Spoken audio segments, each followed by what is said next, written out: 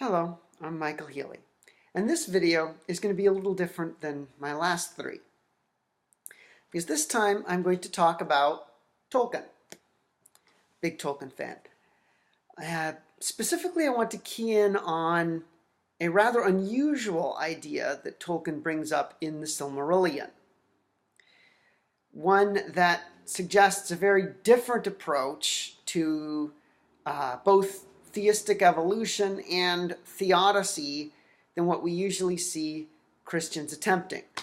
Theistic evolution, of course, is the idea that evolution happens, but God guides it, that it's his process that he created. And then theodicy is the idea that God is not responsible for evil. Usually, theodicy is only used to excuse God from moral evil. But Tolkien has a rather different approach. Let me read a few relevant passages. Now Melkor began the delving and building of a vast fortress, deep under earth, beneath dark mountains where the beams of Iluin were cold and dim. That stronghold was named Utumno. And though the Valar knew not of it as yet, nonetheless the evil of Melkor and the blight of his hatred flowed out thence, and the spring of Arda was marred. Green things fell sick and rotted, and rivers were choked with weeds and slime, and fens were made rank and poisonous, the breeding place of flies, and forests grew dark and perilous, the haunts of fear. And beasts became monsters of horn and ivory and dyed the earth with blood. Now, don't worry if you don't understand all the references to Middle-earth's mythology in that passage. What I want to key in on is that last sentence. Green things fell sick and rotted, and rivers were choked with weeds and slime, and fens were made rank and poisonous, the breeding place of flies, and forests grew dark and perilous, the haunts of fear, and beasts became monsters of horn and ivory and dyed the earth with blood. And all of this is due to the influence of Melkor. Now Melkor, Sauron's master, is Middle-earth's version of the devil. And Tolkien seems to be suggesting here that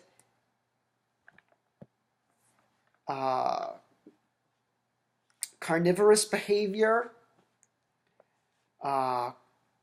conflict between animals is due to the influence of Satan. Not just carnivorous behavior, but any sort of conflict between animals. Beasts became monsters of horn and ivory and dyed the earth with blood. And Tolkien says this even more explicitly later on when he talks about how the orcs came to be. But of those unhappy ones, that is, elves, who were ensnared by Melkor, little is known of a certainty.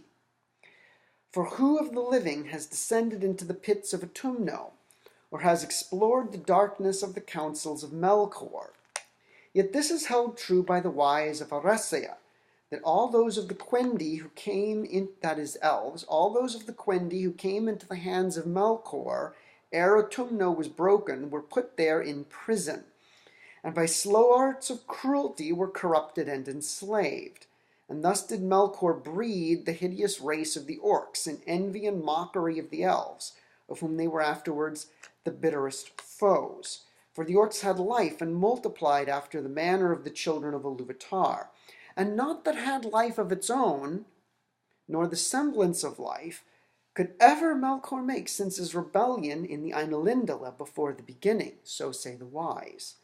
And deep in their dark hearts, the orcs loathed the master whom they served in fear, the maker only of their misery.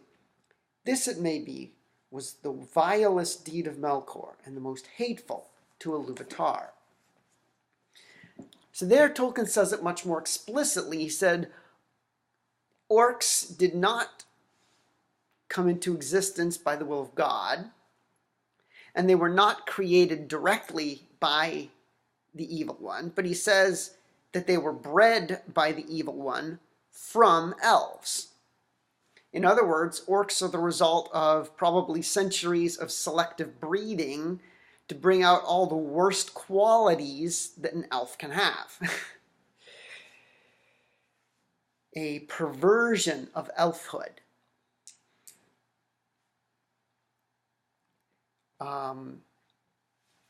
And similarly, that passage puts the first passage I read in its proper light. Again, he's suggesting that the devil monkeys with evolution,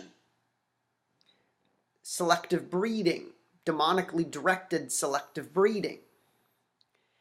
Now, if this were possible, and I don't see why it could not be in the context of traditional angelology, because traditionally it has been said that angelic beings do have some power over nature. Thomas Aquinas, if I remember rightly, does say that, and so do other traditional Catholic thinkers. If the angels do have some power over nature, and if the demons retain some degree of power over nature after their rebellion, then I don't see why they couldn't monkey with evolution. This would obviously be a different Christian interpretation of evolution than has been the norm in the past. It would mean rejecting both creationism and theistic evolution, and it significantly modifying intelligent design. All of those past Christian responses would have to be modified beyond recognition if Tolkien's suggested approach were to be adopted. But it is still interesting. I don't know if this explanation would work for every sort of carnivorous behavior, but I wonder sometimes, something like parasitism. Perhaps parasitism is the result of demonically directed selective breeding. Just a thought. I'm not convinced by Tolkien's suggestion. There are problems with it. For example, if all carnivorous behavior were to be explained this way, then how could you explain Jesus eating fish and lamb when he walked the earth? So some degree of carnivorous behavior would seem to have to have been part of God's plan.